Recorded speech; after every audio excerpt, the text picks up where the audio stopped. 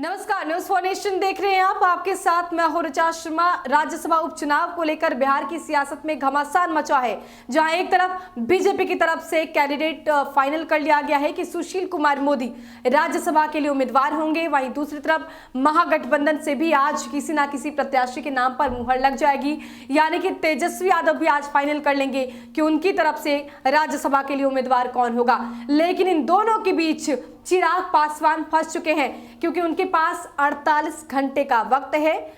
3 दिसंबर को नॉमिनेशन की अंतिम तिथि और इससे पहले सभी प्रत्याशियों को नॉमिनेशन फाइल कर लेना है। ऐसे में चिराग पासवान आज बड़ा फैसला ले सकते हैं, या फिर 48 घंटे के अंदर उन्हें किसी ना किसी नतीजे पर पहुंचना पड़ेगा कि उनकी तरफ से क्या उम्मीदवार उनकी मां रीना पासवान होंगी या फिर वो गिव अप कर रहे हैं। लेकिन इन सब के बीच चिराग पासवान अभी तक अपनी मां रीना पासवान को उम्मीदवार बनाने पर अड़े हैं। लेकिन अगर वो फैसला ऐसा लेते हैं तो नरेंद्र मोदी के हनुमान खुद को बताने वाले चिराग पासवान के लिए ये किसी चुनौती से कम नहीं होगी। तो ऐसे में चिराग पासवान के लिए ये अग्नि परीक्षा है और बड़ा सवाल भी है कि क्या चिराग पासवान इस फैसले पर पहुंचते हैं कि उनकी मां उम्मीदवार होंगी।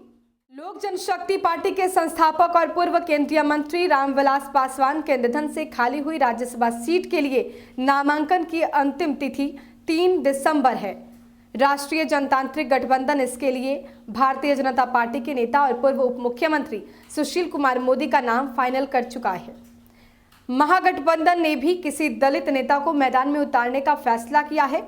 बताया जा रहा है कि इसके लिए राष्ट्रीय जनता दल ने रामविलास पासवान की पत्नी रीना पासवान को मैदान में उतारने का ऑफर दिया, जिस पर एलजेपी अध्यक्ष चिराग पासवान को अगले बुधवार तक फैसला लेना है। ऐसे में ये सवाल है कि क्या खुद को प्रधानमंत्री नरेंद्र मोदी का हनुमान कहते रहे चिराग पासवान बीजेपी के खिलाफ जंग लड़ेंगे। लेकिन इससे भी बड़ा सवाल ये है कि आरजेडी क्या फैसला लेगी। आपको बता दें कि एनडीए ने वैश्य समाज से आने वाले सुशील कुमार मोदी को राज्यसभा सीट के लिए उम्मीदवार बनाया है, जो बुधवार को नामांकन दाखिल करेंगे। उधर आरजेडी चाहता है कि दलित नेता के निधन से खाली हुई इस सीट के लिए किसी दलित को ही मौका दिया जाए। लिस्ट में कई नाम हैं, लेकिन आरजेडी ने रामविलास पासवान की पत्नी के नाम का ऑफर देकर एक तीर से कई शिकार करने की कोशिश भी की। इस पर फैसला चिराग पासवान को करना है। उनके अगले फैसले के बाद आरजेडी नेतृत्व भी अपना अंतिम फैसला करेगा। हालांकि आरजेडी को उम्मीद है कि चिराग पासवान इस ऑफर को स्वीकार कर लेंगे। रामविलास पासवान बतौर एनडीए उम्मीदवार पिछले वर्ष राज्यसभा के लिए निर्विरोध निर्वाचित हुए थे। उन्हें बीजेपी के अलावा जनता दल यूनाइटेड का भी समर्थन मिला था, लेकिन इस बार हालात बदले हुए हैं। एलजेपी अध्यक्ष चिराग पासवान ने विधानसभा चुनाव में मुख्यमंत्री नीतीश कुमार के नेतृत्व में चुनाव लड़ने से इनकार कर दिया। उन्होंने चुनाव के दौरान बीजेपी को वॉक ओवर दे दिया, लेकिन जेडीयू उम्मीदवारों के खिलाफ अपने उम्मीदवार खड़े कर उनके वोट काटने में कोई भी कोर कसर नहीं छोड़ी। इससे एनडीए को नुकसान हुआ, लेकिन गठबंधन में जेडीयू की सीटें कम करने के मकसद में चिराग पासवान कामयाब रहे। विधानसभा चुनाव के दौरान एलजेपी में जेडीयू के खिलाफ मोर्चा खोल रहे चिराग पासवान ने खुद को प्रधानमंत्री नरेंद्र मोदी का हनुमान बताते हुए बीजेपी का खुला समर्थन भी किया। खास बात यह है कि इस बगावत के लिए एनडीए में चिराग पासवान पर कोई भी कार्रवाई नहीं की गई। उनकी पार्टी अभी भी केंद्र में एनडीए का हिस्सा है। इससे जेडीयू में खासा नाराजगी भी दिख रही है।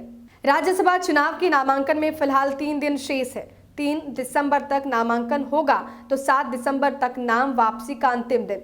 14 दिसंबर को मतदान और मतगणना होगा। अब मोदी के हनुमान किसके पाले में जाते हैं, फैसला उन्हें ही करना है। आगे देखिए क्या कुछ बिहार की सियासत में होता है।